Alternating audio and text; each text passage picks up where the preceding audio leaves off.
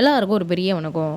இன்றைக்கி என்ன பண்ண போகிறோம் அப்படின்னா, எங்கேயோ ஒரு கதை இப்ப தான் ஆரம்பிச்சிருக்கேன் அப்படின்றதில்ல. இன்றைக்கி நாள் 15. இன்றைக்கி என்ன பண்ண போகிறேன் அப்படின்னா, ஒன்றும் இல்லை. இன்றைக்கி ரொம்ப சுமாரான டே. சுமாராக பாருங்கள், நல்லாவே இருக்காது. நாசமாக போன மாதிரி தான் இருக்குது. ஓகே, இன்றைக்கி அவுட்ஃபிட் இது தான். சர்ச்சுக்கு கிளம்பிட்டேன் இல்லையா, அதனால் அவுட்ஃபிட்டை நல்லா கிளியர் பண்ணிட்டு அப்படியே சாப்பிட்டு முடிச்சுட்டு வெளில போய் பார்த்தா மைண்ட் செட்டே இல்லாமல் போனேன். ஆனால் வெளில போனோடனே ஒரு மாதிரி வைப் ஆகிட்டேன். ஓகே, பார்த்துக்கலாம் அப்படின்னு சொல்லிட்டு ஒரு வைப்லேயே கிளம்பிட்டேன்.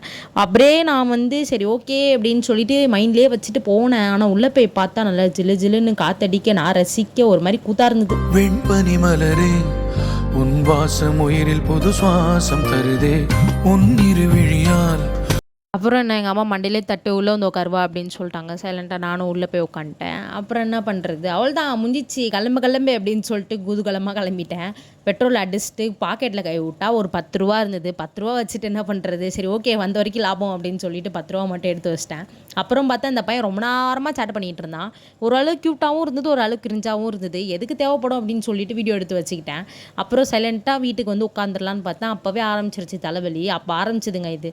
அப்புறம் சரி பசிக்குதுன்னு சொல்லிட்டு சைலண்ட்டாக சாப்பிட்டு முடிச்சுட்டு அப்புறம் ஒரு 7 மணிக்கா 4 சப்பாத்தியை உள்ளே அமுக்கி விட்டேன். அப்புறம் என்ன, சைலண்ட்டாக போயிட்டு வீடியோலாம் நீட் பண்ணிட்டு எங்கள் அம்மா ஒரு பன்னு வாங்கிட்டு வந்திருந்தாங்க. நல்லா இருந்துச்சு. நானும் அதை சாப்பிட்டு முடிச்சிட்டேன். ஆனால் இது என்னதுன்னு தெரில. சாப்பிட்டு முடிச்ச பிறகு ரொம்ப நேரமாக யோசிச்சுட்டு இருந்தேன். அப்புறம் ஒரு 2 தோசையை பிக் பாஸ் பார்த்துட்டே சாப்பிட்டுட்டு இருந்தேன். இந்த பிக் பாஸில் இருக்கவங்களாம் எனக்கு சுத்தமாக பிடிக்கல. இவங்களெல்லாம் எப்போ வெளில வந்தேன்னா கடிச்சு குதறி போட்டுருவேன் அப்படின்ற மாதிரி இருக்குது. பார்க்கலாம், பாய்.